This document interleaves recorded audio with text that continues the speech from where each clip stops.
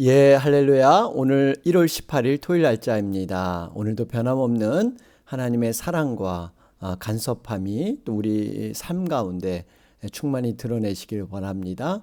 예, 오늘 18일 토요일인데요. 우리 잠시 기도하고 또 하나님 말씀 듣도록 하겠습니다. 너희가 얻지 못함은 구하지 아니하며 구하여도 받지 못함은 정욕으로 쓰려고 잘못 구함이니라. 아멘. 하나님 감사합니다. 오늘도 다시 한번 하나님 앞에 기도와 간구로 시작해 하여 주시고 특별히 얻지 못함은 구하지 아니하기 때문이라고 말씀하셨습니다. 우리의 하나님 앞에 간절한 소원을 가지고 우리의 모든 상황에서 진실한 믿음을 가지고 어린아이와 같은 마음으로 하나님 앞에 간구하며 또한 우리가 구한 것은 하나님께서 반드시 들으시고 합력하여 선을 이루심을 믿고 나아가는 귀한 하루가 되게 하여 주시옵소서. 오늘도 말씀으로 우리에게 깨달음을 주시고 은혜를 허락하여 주옵소서. 예수님의 이름으로 기도하옵나이다. 아멘. 예, 반갑습니다. 오늘 우리 토요일 날짜인데요. 오늘 본문 말씀이 요한복음 5장 39절에서 47절 말씀 함께 합니다. 요한복음 5장 39절에서 47절 말씀입니다. 우리 함께 봉독해 올립니다. 너희가 성경에서 영생을 얻는 줄 생각하고 성경을 연구하거니와 이 성경이 곧 내게 대하여 증언하는 것이니라. 그러나 너희가 영생을 얻기 위하여 내게 오기를 원하지 아니하는도다. 나는 사람에게서 영광을 취하지 아니하노라. 다만 하나님을 사랑하는 것이 너희 속에 없음을 알았노라. 나는 내 아버지의 이름으로 왔음에 너희가 영접하지 아니하나 만일 다른 사람이 자기 이름으로 오면 영접하리라. 너희가 서로 영광을 취하고 유일하신 하나님께로부터 오는 영광은 구하지 아니하니 어찌 나를 믿을 수 있느냐? 내가 너희를 아버지께 고발할까 생각하지 말라. 너희를 고발하는 이가 있으니 곧 너희가 바라는 자 모세니라. 모세를 믿었더라면 또 나를 믿었으리니 이는 그가 내게 대하여 기록하였음이라. 그러나 그의 글도 믿지 아니하거든 어찌 내 말을 믿겠느냐 하시니라. 아멘. 예, 우리가 계속해서 예수님이 하나님의 아들 되심, 신성에 대한 말씀을 듣고 있습니다. 여러분, 요한복음의 특징은 예수님이 바로 하나님이시다. 절대적으로 중요하죠. 이 문제가 해결돼야 진정한 구원관을 가질 수 있고 우리가 예수님이 얼마나 정말 우리 인생에 있어서 중요한 분인가를 깨닫게 됩니다. 여러분, 근데 예수님께서 우리 지금까지 말씀을 보면 직접 하나님만이 하실 수 있는 그러한 놀라운 기적과 능력을 실제로 예수님이 보여주고 계십니다. 이게 요한복음 5장의 말씀입니다. 여러분 5장 내용을 보면 예수님께서 38년 된 병자를 치유하시죠. 베데스다 목가에서 또 안식일 논쟁이 일어납니다. 안식일의 주인은 바로 예수님이시다. 아버지께서 일하시니까 나도 안식일이라도 일을 한다. 주인이기 때문에 안식일을 주관할 수 있다. 곧 여러분 안식일의 주인은 하나님이시다라는 것을 말씀하고 있습니다. 뿐만 아니라 예수님은 정말 사망에서 생명으로 옮기는 이러한 일을 내가 할 것이다. 아버지께서 죽은 자를 살렸듯이 아들도 그럴 것이고 또 영생이라는 것은 하나님이 보내신 이를 믿는 것이 영생이다. 이런 말씀을 주셨고 또 아들에게도 생명이 있다. 또 심판권이 아들에게 있다. 이게 바로 요한복음 5장 26절 27절의 말씀인 것입니다. 자, 이렇게 예수님은 직접 몸소 하나님이 하시는 일을 행하실 뿐 아니라 이제는 요한복음 5장 30절부터 쭉 가보시면 하나님이 증언하신 예수 그리스도. 여러분, 근데 하나님께서 직접 예수님이 어떤 분인가를 직접 언급한 그러한 내용들이 있고 오늘 본문 말씀은 성경과 모세가 증언한 메시아, 바로 예수님께서 성경과 모세가 증언한 메시아다. 근데 앞에서는 하나님이 증거한 메시아에 대해서 얘기했고, 이제 성경과 모세가 증언한 메시아 예수 그리스도, 오늘 본문 바로 5장 39절에서 47절 말씀이 바로 그러한 내용입니다. 자, 이러한 배경 속에서 오늘 말씀을 보시면 39절 보시면 너희가 성경에서 영생을 얻는 줄 생각하고 성경을 연구하거니와 이 성경이 곧 내게 대하여 증언하는 것이니라. 여러분, 정말 유대인들, 특별히 이 바리새인들은 성경에 정통한 사람들이었죠. 물론 여기서 성경이란 것은 구약 성경을 말하고 있습니다. 그들은 성경을 철저히 연구했습니다. 그래서 이 성경을 통해서 영생을 얻기 위해서 철저히 연구를 했는데 가장 중요한 핵심을 그들은 빠뜨렸습니다. 여러분, 성경은 결국 예수 그리스도를 향한, 예수 그리스도에 대한 모든 관점이, 초점이 모여진 것이 성경인데, 그것을 놓치고 그들은 헛된 그러한 성경만을 알았던 것이죠. 왜 이런 일이 일어날까요? 성경의 정말 중심인 이해의 빛, 성령의 인도함을 받지 못하니까 그들은 자기의 유익과 자기들의 이득을 위해서만 성경을 보니까 바로 이 성경을 발견하지 못한 것입니다. 예를 들면 성경에 여러분 얼마나 많은 예수님의 예언들이 있습니까? 창세기도 3장 15절에 보면 여자의 후손, 여러분 여자의 후손이 바로 예수 그리스도를 예표한 것이고요. 또 예수님은 천지를 창조하실 때 함께 계셨죠. 요한이 이거를 선포하고 있습니다. 만물이 그로 말미암아 지은 바 되었다. 또 아브라함도 자신의 행위가 아니라 믿음으로 의롭다함을 받았다. 이게 창세기 15장의 내용입니다.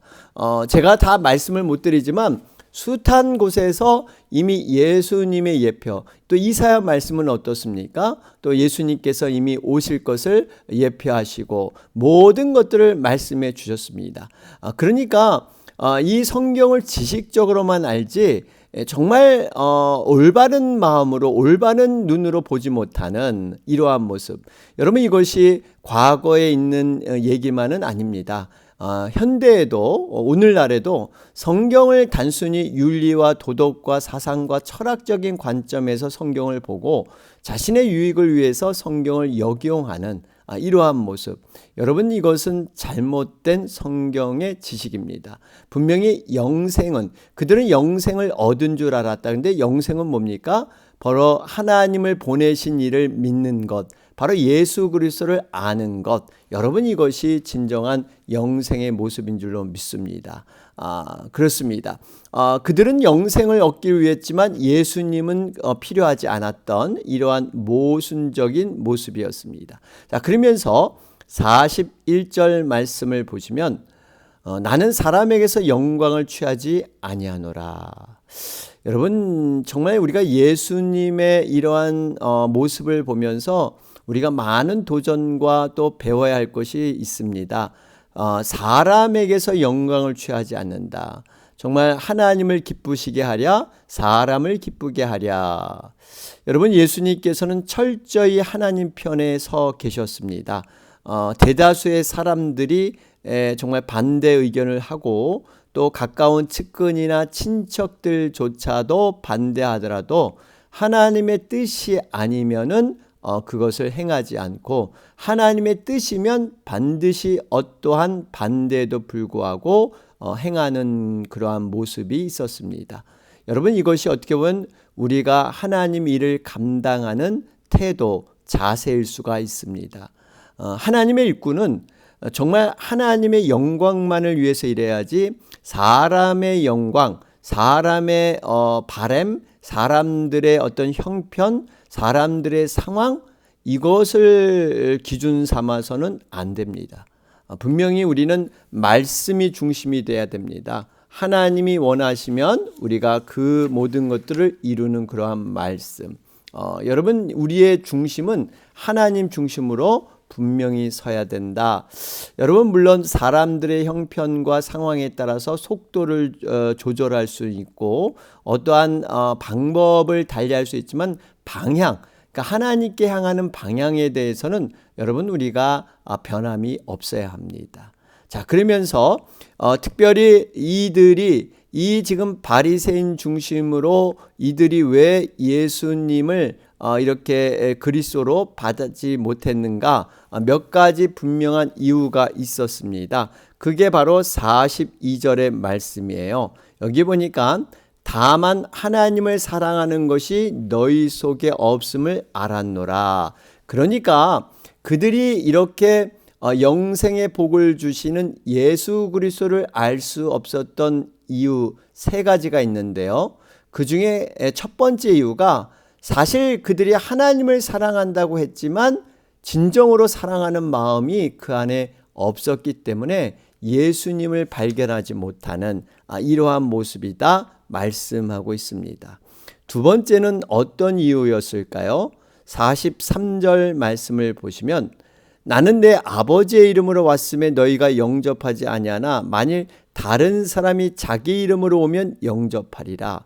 그러니까 지금 다른 사람이 자기 이름으로 오며 영접하다. 그들은 어떻게 보면 이 거짓을 좋아하고 거짓에 속는 것을 당연시했기 때문에 그들은 결국 진정한 예수님을 모르고 다른 사람, 이단과 거짓 선지자에 빠져버리는 이러한 우를 범하게 됩니다. 그러니까 그들이 거짓을 좋아하기 때문에 두 번째 이유가 되죠. 또 세 번째 이유로는 44절입니다. 너희가 서로 영광을 취하고 유일하신 하나님께로부터 오는 영광은 구하지 아니하니 어찌 나를 믿을 수 있느냐. 결국 하나님으로부터 오는 영광은 취하지 아니하고 자신들의 영광을 취했기 때문이다. 결국 이 세 가지 때문에 예수 그리스도를 발견하지 못하는 그러한 그들의 죄악이 있습니다. 그러면서 우리가 43절 말씀을 특별히 보면 여러분 사람들은 이 예수님이 이름으로 메시아임을 얘기하니까 그건 안 듣고 다른 사람이 자기 이름으로 오면 영접하리라. 왜 이런 현상이 나타납니까?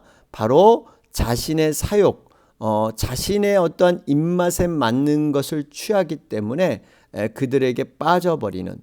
왜 예수님을 달갑지 않게 그들은 여겼을까요? 아마 두 가지 이유였을 겁니다. 그분에 대한 두려움, 그분의 말씀이 굉장히 예리하고 또 진실되기 때문에 그 말씀에 대한 두려움이 있었고, 두 번째는 그 예수님이 자신들이 원하는 그 말씀하는 것을 듣지 않고 하나님 뜻만 전하니까 또 그런 것들이 미웠던 겁니다. 바로 이러한 배경에서 그들은 예수님을 거부하고 오히려 자기들의 귀를 긁어주고 만족시켜주는 거짓의 그러한 선지자들, 메시아에 그들은 빠졌던 것입니다. 여러분, 우리가 자칫하면 교회 생활을 하면서 이러한 종교 생활적인 이 모습으로 우리가 타락해 버릴 수가 있습니다. 하나님의 뜻을 우리는 따르는 것이지 어떤 사람의 형편과 사람의 뜻, 이것이 앞장서서는 안 됩니다. 나의 상황과 나의 뜻이 먼저 앞에 서서는 안 됩니다. 분명히 우리가 하나님의 뜻을 이루려고 노력하는 것이 우리의 신앙의 중심이고 목표가 돼야 된다는 사실입니다. 우리가 항상 하나님의 원하심이 뭘까? 하나님이 과연 이 상황에서 무엇을 정말 바라고 계실까? 이것을 늘 되물어 보면서 우리가 하나님의 뜻을 구하는 것, 이것이 중요하다라는 것이죠. 자, 그러면서 우리가 45절 말씀을 보시면 내가 너희를 아버지께 고발할까 생각하지 말라. 너희를 고발하는 이가 있으니 곧 너희가 바라는 자 모세니라. 여러분, 유대인들에게 있어서 모세 율법을 자신이 가지고 있다는 것은 특혜였고 자긍심이었습니다. 이 율법은 오직 우리 유대인들에게만 주었다. 우리 선민 유대인들에게 준 율법이다. 얼마나 그들은 자랑거리가 되었습니까? 그래서 이 율법을 통해서 자신들은 하나님을 알고 하나님 앞에 예배할 수 있는 그러한 선민이다. 이것이 그들의 자긍심이었습니다. 그래서 이 율법을 통해서 우리는 구원을 받는다. 그래서 스스로 이제 율법을 잘 지키고 그 율법을 어긋남 없이 살았기 때문에 우리는 율법의 그러한 백성으로 이제 하나님 앞에 구원을 받을 것이다. 그들은 이렇게 믿고 있었습니다. 그런데 정작 율법이 지향하고 율법이 가리키는 예수 그리스도, 그 예수 그리스도는 모르고 그들은 예수 그리스도를 배척하고 오히려 십자가에 못 박아 죽이는 이러한 아주 무서운 죄를 저지른 것이죠. 그러니까 그들은 율법으로 인해서 구원받았다고 자부했는데 오늘 말씀을 보니까 예수님께서는 오히려 너희들이 율법에 의해서 고발을 당할 것이다. 율법에 의해서 고발을 당할 것이다. 여러분, 율법의 역할은 결국 죄에 대해서 고소하는 이러한 역할입니다. 율법을 통해서 구원받는 게 아니라 오직 예수님을 통해서만 구원받지, 율법은 단순히 죄를 드러나게 하는 것, 죄에 대해서 고소하는 역할을 하는 거예요. 그러니까 사실 죄인에 대해서 변호하는 것은 예수님만이 하시는 것이지 율법이 하는 게 아닙니다. 그들은 율법이 자신들을 변호해주고 어떤 죄에 대해서 막아준다고 생각을 했어요. 이것이 잘못됐다는 겁니다. 그래서 오늘 분명히 예수님은 오히려 너희들이 고발당하는 것은 바로 율법, 너희들이 그 믿었던 율법에 의해서 너희들의 죄가 낱낱이 드러날 것이다. 이렇게 말씀하고 있습니다. 여러분, 우리가 분명할 것은 율법은 어떠한 것을 해결해 주지 못합니다. 예수님만이 사랑과 능력으로 우리를 능히 구원하실 분, 바로 예수 그리스도 한 분인 줄로 믿습니다. 자, 그러면서 46절, 47절 말씀에 보시면 여러분, 성경을 아는 것과 믿는 것이 얼마나 다른가? 우리가 성경을 그냥 알고 있다. 지식적으로 많이 알고 있다. 여러분, 이것 갖고는 안 됩니다. 분명히 성경 말씀을 믿고 이 성경 말씀에 따라가야 합니다. 오늘 46절에 보시면 모세를 믿었더라면 또 나를 믿었으리니 이는 그가 내게 대하여 기록하였습니다.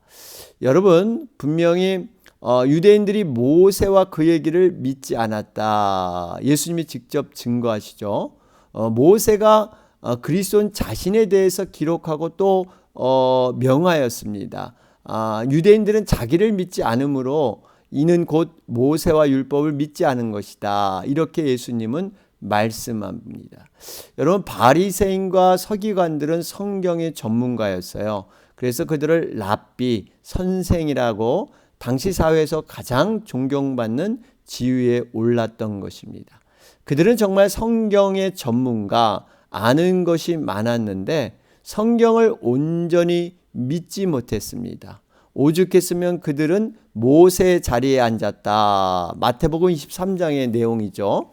얼마나 그 성경에 정통했으면 모세의 자리에 앉았다 할 정도로 사람들이 그들을 평가했습니다. 이러한 상당한 지식이 있음에도 불구하고 이 믿음을 갖지 못하는 것, 믿지 못한다는 것. 여러분, 분명히 우리가 아는 것과 믿는 것이 별개가 될 수 없습니다. 믿는다는 것은 이 아는 것을 정말 나의 것으로 시인할 뿐만 아니라 이 아는 것대로 행동을 하고 행동의 기준으로 삼는 것. 여러분, 이런 것이 진정한 믿음인 줄로 믿습니다. 그래서 우리가 알고 있는 것이 분명히 있죠. 바로 예수님이 이 땅에 다시 재림한다는 겁니다. 그리고 이 땅은 반드시 종말이 온다는 사실입니다. 말세는 갈수록 어려워질 것이고 죄악은 풍성해질 것이고 정말 전쟁과 기근과 난리의 소문이 날 것이고 사랑이 식어져 갈 것이고 거짓 선지자는 난무해 갈 것이고 사람들은 자기를 더욱 사랑하는 자기 중심적인 이기적인 모습으로 더 타락해 갈 것입니다. 우리가 분명히 알고 있습니다. 이 알고 있다는 것은 결국 우리는 세상의 종말, 정말 예수님의 재림을 어떻게 준비하며 살아갈 것인가, 그것을 우리는 실천하면서 붙들면서 살아가야 합니다. 여러분, 2025년이 정말 우리가 눈 깜짝할 사이에 이렇게 2025년이 온 것처럼 우리의 인생도 언젠가는 눈 깜짝할 사이에 정말 죽음을 맞이해서 하나님 앞에, 심판대 앞에 서는 날이 곧 우리에게 올 것입니다. 분명히 이것을 알고 있으면 우리는 이 삶을 분명히 알고 있는데, 이 종국적인 심판을 알고 있는데 우리는 어떻게 살아갈 것인가. 여러분, 이 아는 것을 정말 믿음으로 이 땅에서 알고 실천해 가는 것, 그 기준을 갖고 살아가는 것, 여러분, 이것이 진정한 믿음이지 않겠습니까? 여러분, 오늘 우리 이 말씀을 다시 한번 정리하면 예수님은 단순히 자신이 하나님의 아들이라고만 주장한 것이 아니에요. 자신도 그랬지만 그가 또 예수님이 행하신 모든 행적들, 그리고 하나님께서 증거한 내용들, 또 성경과 모세가 증언한 내용들, 여러 가지 이유에서 하나님의 아들이심을 알 수가 있습니다. 여러분, 유대인들은 보통 두세 사람의 증인이 있으면 법정에서 통과가 되는데, 정말 예수님에 관한 증거와 증인들이 무수하게 많죠. 두세 가지가 넘습니다. 이렇기 때문에 우리는 분명히 예수님께서 하나님의 아들, 분명히 하나님이시다, 이러한 신성을 분명하게 믿고 그 말씀이 정말 평범한 사람의 말이 아닌 하나님의 말씀이다, 이것을 우리가 믿고 받아들여야 될 줄로 믿습니다. 오늘 말씀 우리 기억하면서, 오늘 우리 토요일인데요, 내일 예배를 위해서 여러분 간절히 기도해 주시기 바랍니다. 하나님의 은혜가 충만한 예배와 여러분 변함없는 신실한 예배자로 세워줄 수 있도록, 또 말씀을 전하시는 우리 이진수 목사님, 해워드 침례교회 목사님입니다. 여러분 위해서도 간절히 기도해 주시기 바랍니다. 여러분 다 같이 이 시간 간절히 그 자리에서 기도하고 우리 오늘 하루 일과를 시작하도록 하겠습니다. 다 같이 기도 드리겠습니다.